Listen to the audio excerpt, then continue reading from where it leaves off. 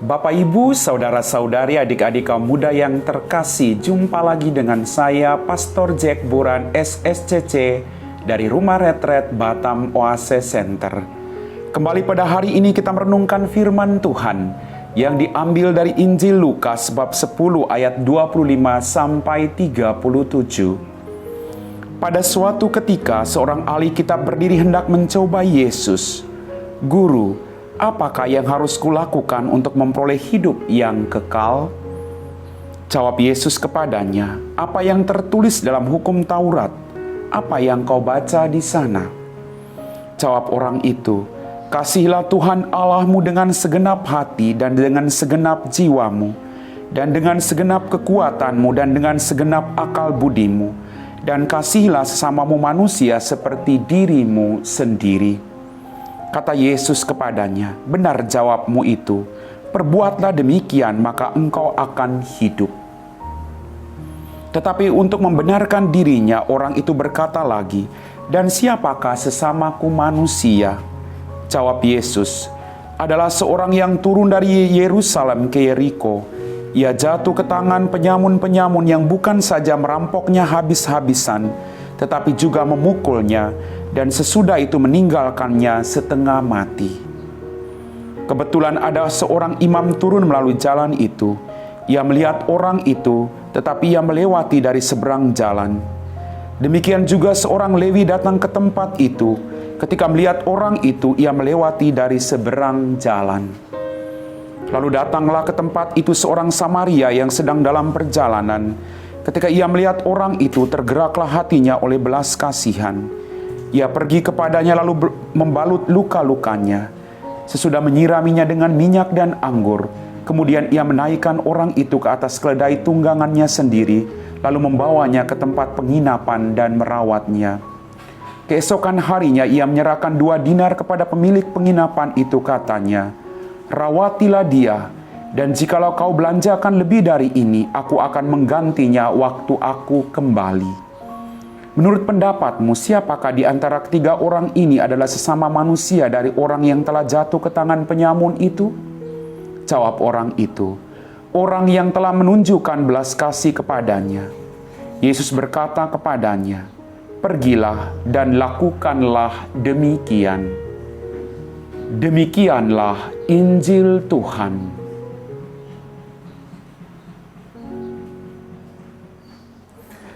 Bapak, Ibu, saudara-saudari, adik-adik kaum muda yang terkasih, Shalom. Apa kabar hari ini?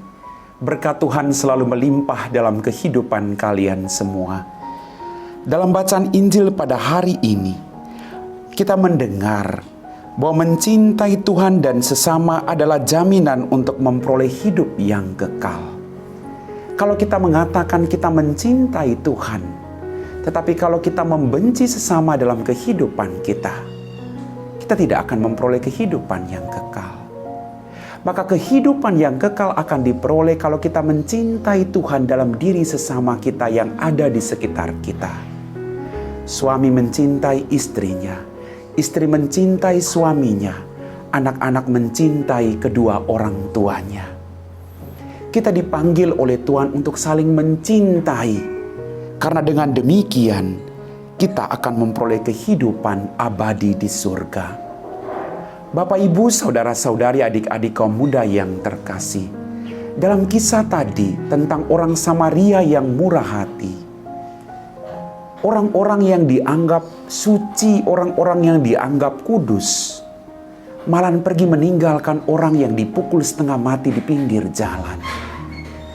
Bagi mereka tidak mau menajiskan diri dengan menyentuh orang yang menderita di pinggir jalan itu. Maka mereka meninggalkan dengan pergi dari seberang jalan.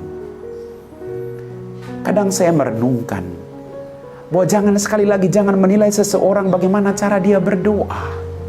Tapi nilailah seseorang bagaimana cara dia memperlakukan dan merawat orang lain dalam kehidupannya.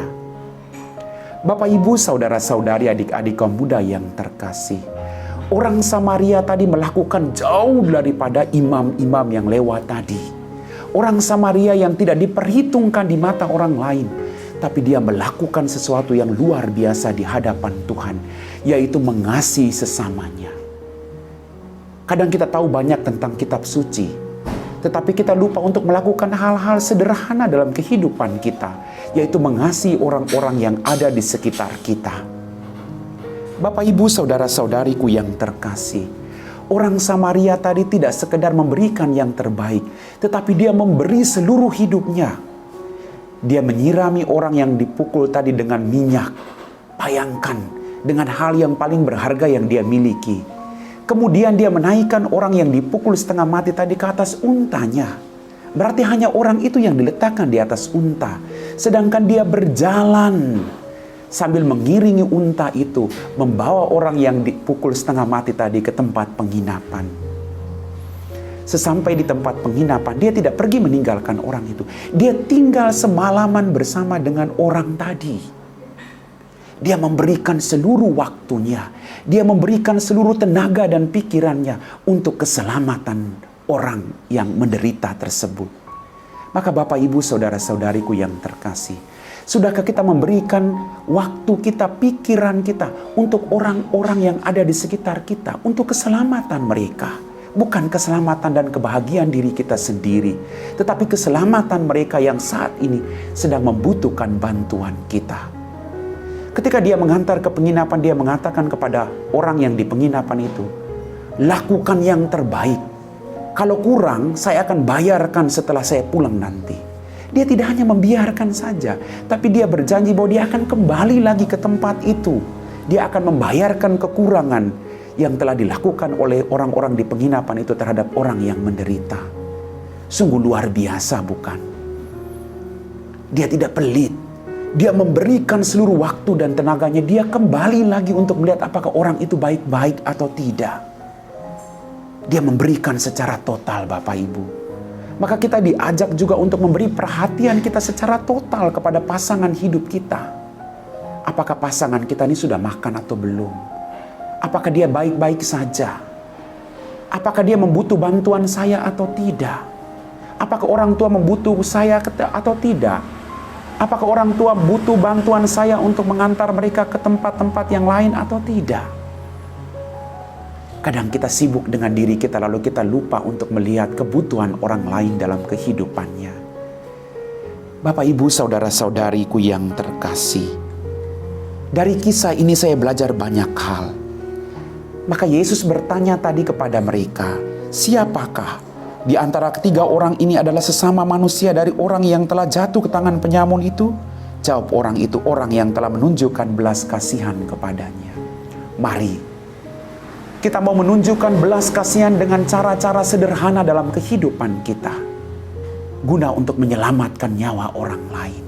Guna untuk kebahagiaan orang lain. Maka Bapak, Ibu, saudara-saudariku yang terkasih, hari ini Tuhan mengajak saya dan Anda untuk menjadi sesama bagi orang lain. Berarti kita ikut rela ambil bagian, merasakan kesulitan orang lain, merasakan penderitaan orang lain.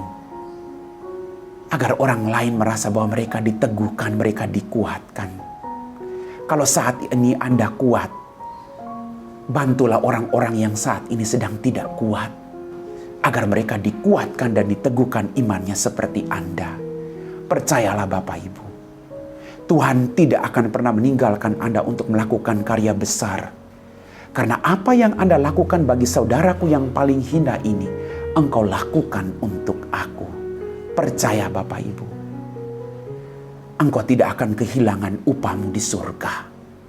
Dan dengan melakukan hal kecil dengan cinta yang besar, dengan memperhatikan kebutuhan sesama, dengan memperhatikan kebutuhan keluargamu, maka engkau akan memperoleh hidup yang kekal. Amin.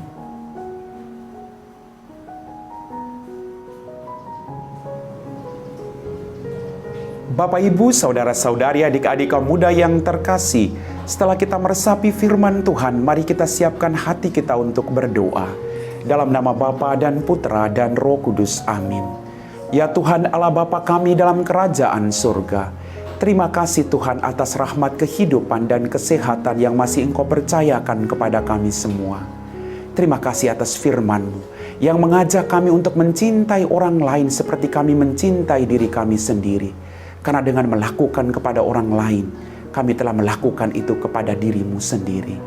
Bantulah kami Tuhan, agar kami mempunyai kerendahan hati untuk tidak memperhitungkan apapun yang kami berikan dan kami lakukan kepada orang lain. Tapi semoga apa yang kami lakukan itu semuanya untuk kemuliaan-Mu. Berkatilah orang-orang yang saat ini sedang sakit, yang sedang mengalami pergumulan dalam hidup mereka. Bantulah mereka semua Tuhan. Kami puji Engkau Bapa kini dan sepanjang segala masa. Amin. Dalam nama Bapa dan Putra dan Roh Kudus. Amin.